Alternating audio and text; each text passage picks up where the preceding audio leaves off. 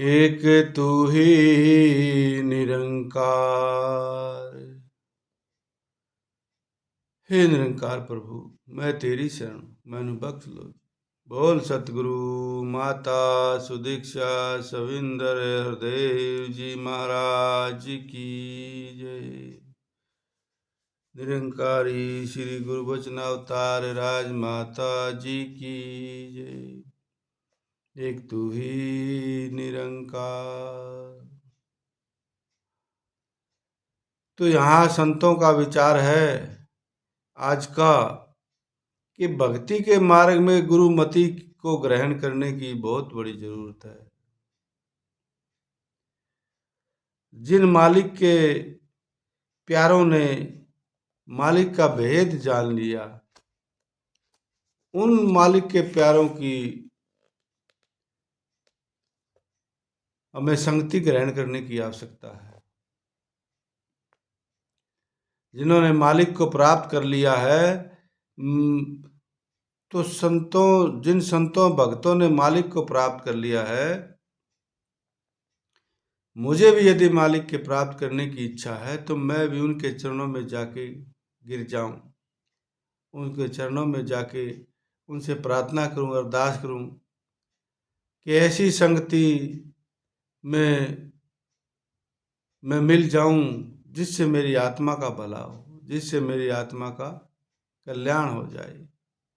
तो ऐसी अवस्था संतों ने बताई है कि उठ फरीदा जिक्र कर फिक्र करेगा आप, कि तू उठ चल और खोज कर कि कहीं मालिक के प्यारे संत सतगुरु महापुरुष मिल जाए तो उनकी संगति में तेरा भी सुधार हो जाए, तेरा भी निस्तारा हो जाए। जहाँ ऐसी खोज और लगन होती है वहाँ फिर पा लेने में भी कोई कठिनाई नहीं रह जाती। इसी प्रकार संत महात्मा कहते हैं कि मालिक के प्राप्त की करने के लिए यदि हम निकल पड़े हैं तो फिर हमें मिल ही जाएगा कहीं ना कहीं कोई संत सतगुरु प्यारा भगत। तो इसी प्रकार संत महात्मा फिर बताते हैं, एक रामायण की, रामचरितमानस की, भगवान श्री रामचंद्र जी महाराज जी के वचन आते हैं, यही तनु कर फल विषय भाई, स्वर्ग सवलप अंत दुखदाई। नर तनु पाई विषय मन देही,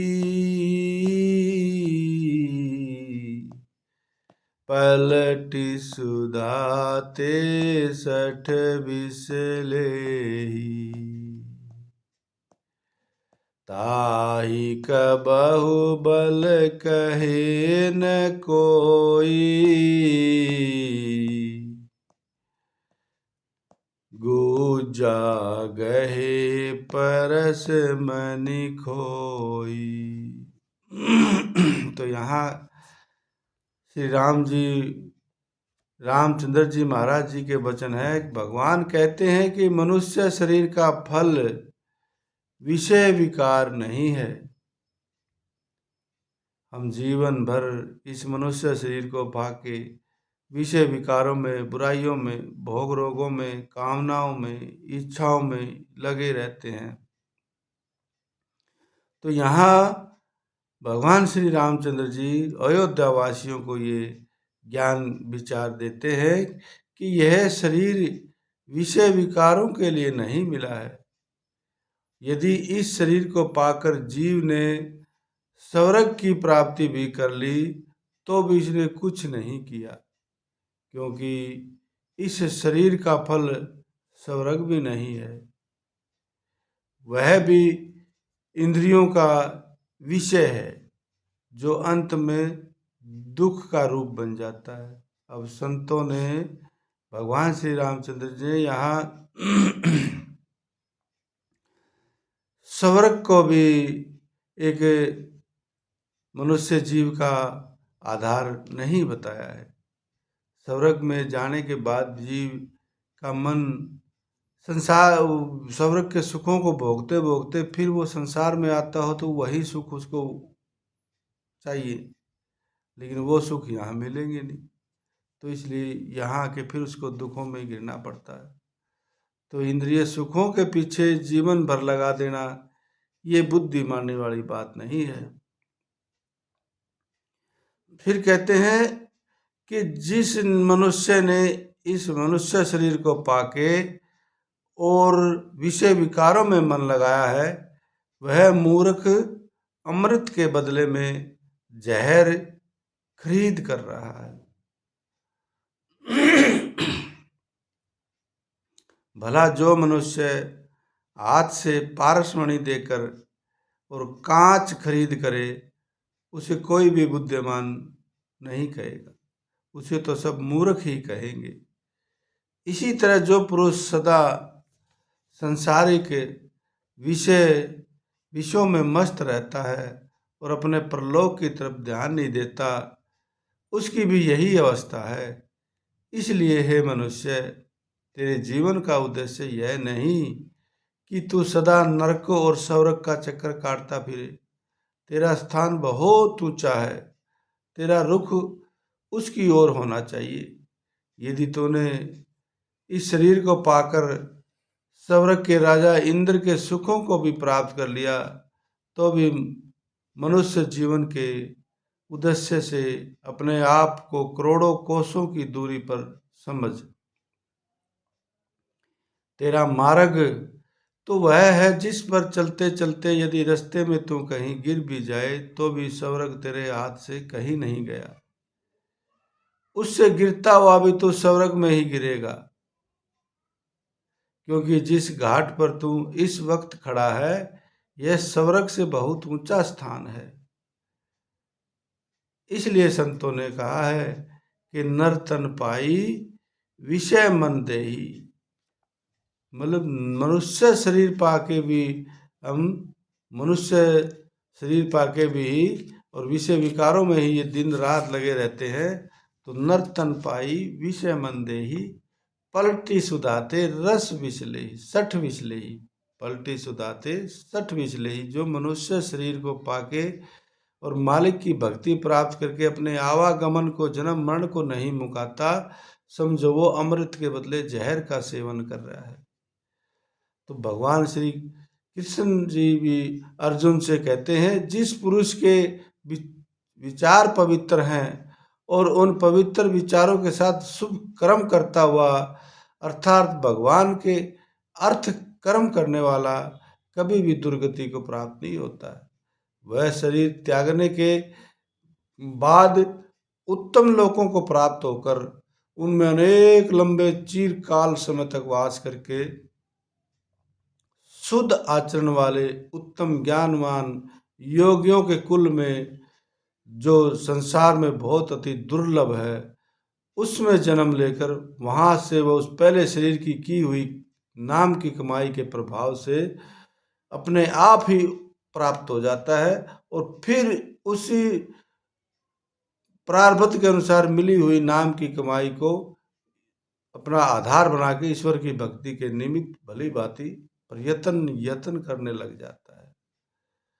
तो यहाँ संतों महात्माओं ने बहुत बात बताई है कि आगे फिर श्री रामचंद्र जी महाराज जी अपने एक सिद्धांत को बताते हैं। बड़े भाग्य मानुष तन पावा,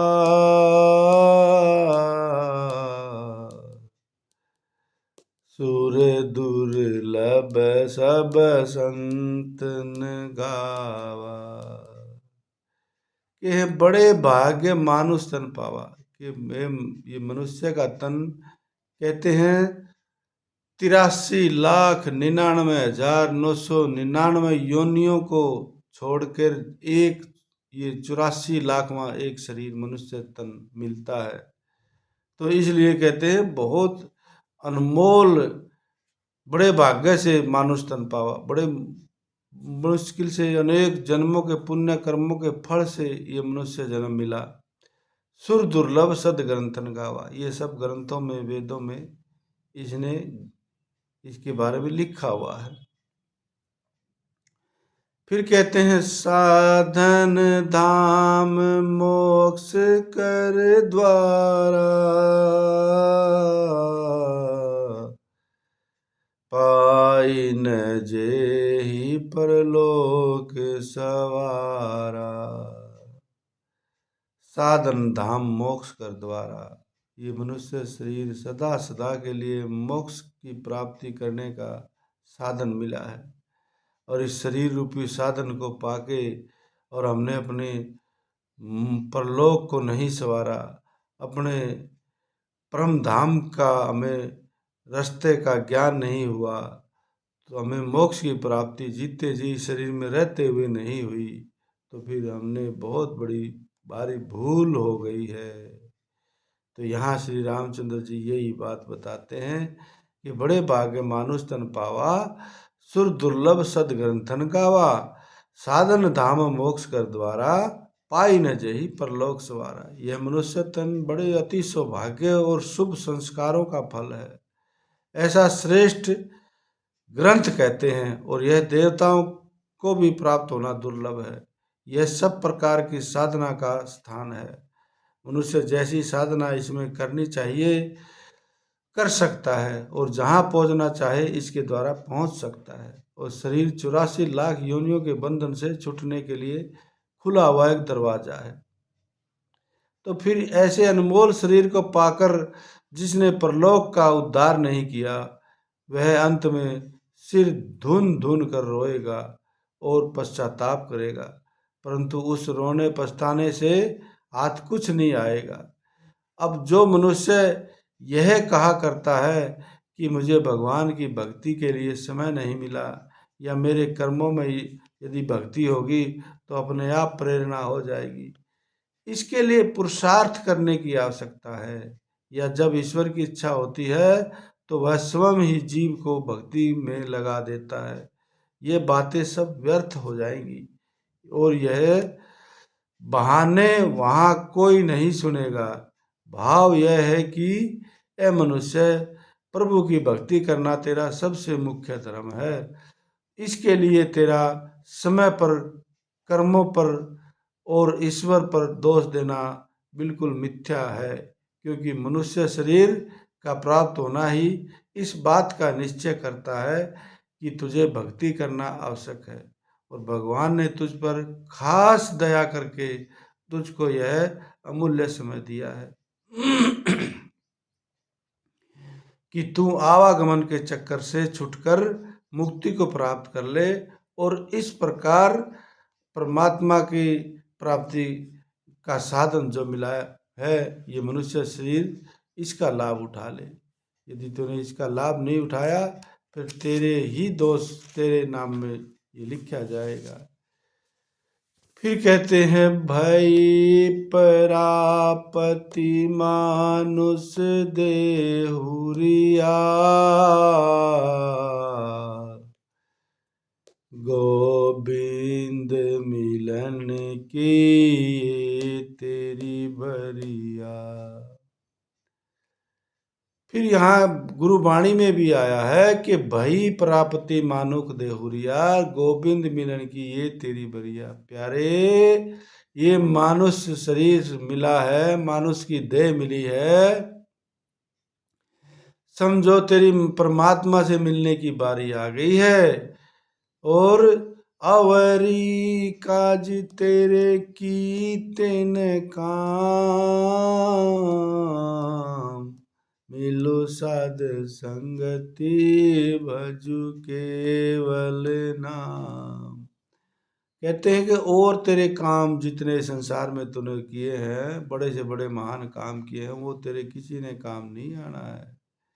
केवल साधु संगति में मिलकर मालिक की भजन भक्ति कर, यही तेरा कल्याण करने का, आत्मा का भला होने का साधन है। सर जामी लागू भव जल तरन के, जन्मू वृथा जाति रंगी मैया के।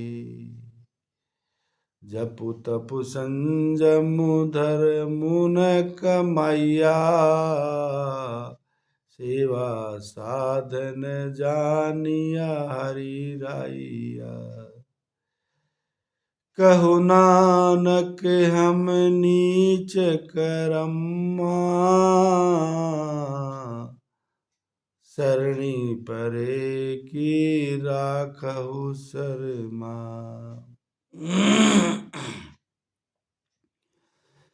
प्यारे, जिस स्वर्ग की प्राप्ति के लिए तूने दिन रात ईश्वर से प्रार्थना करता रहता है, वहां के रहने वाले तेरी जगह पर आने के लिए तरस रहे हैं।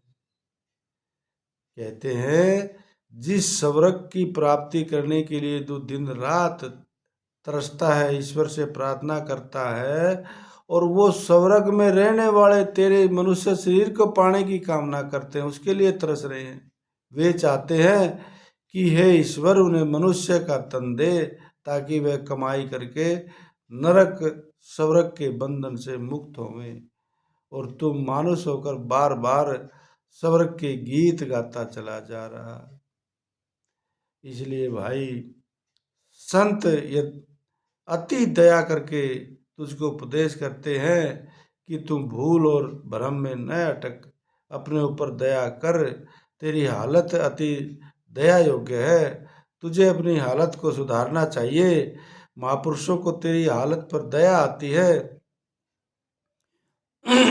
इस कारण वे बार बार तुझे समझाते हैं, परंतु तुम फिर भी उनकी तरफ ध्यान नहीं देता। भूल और भ्रम के बहाव में बहता हुआ ठोकरे खाता जा रहा है, पर संभलता फिर भी नहीं।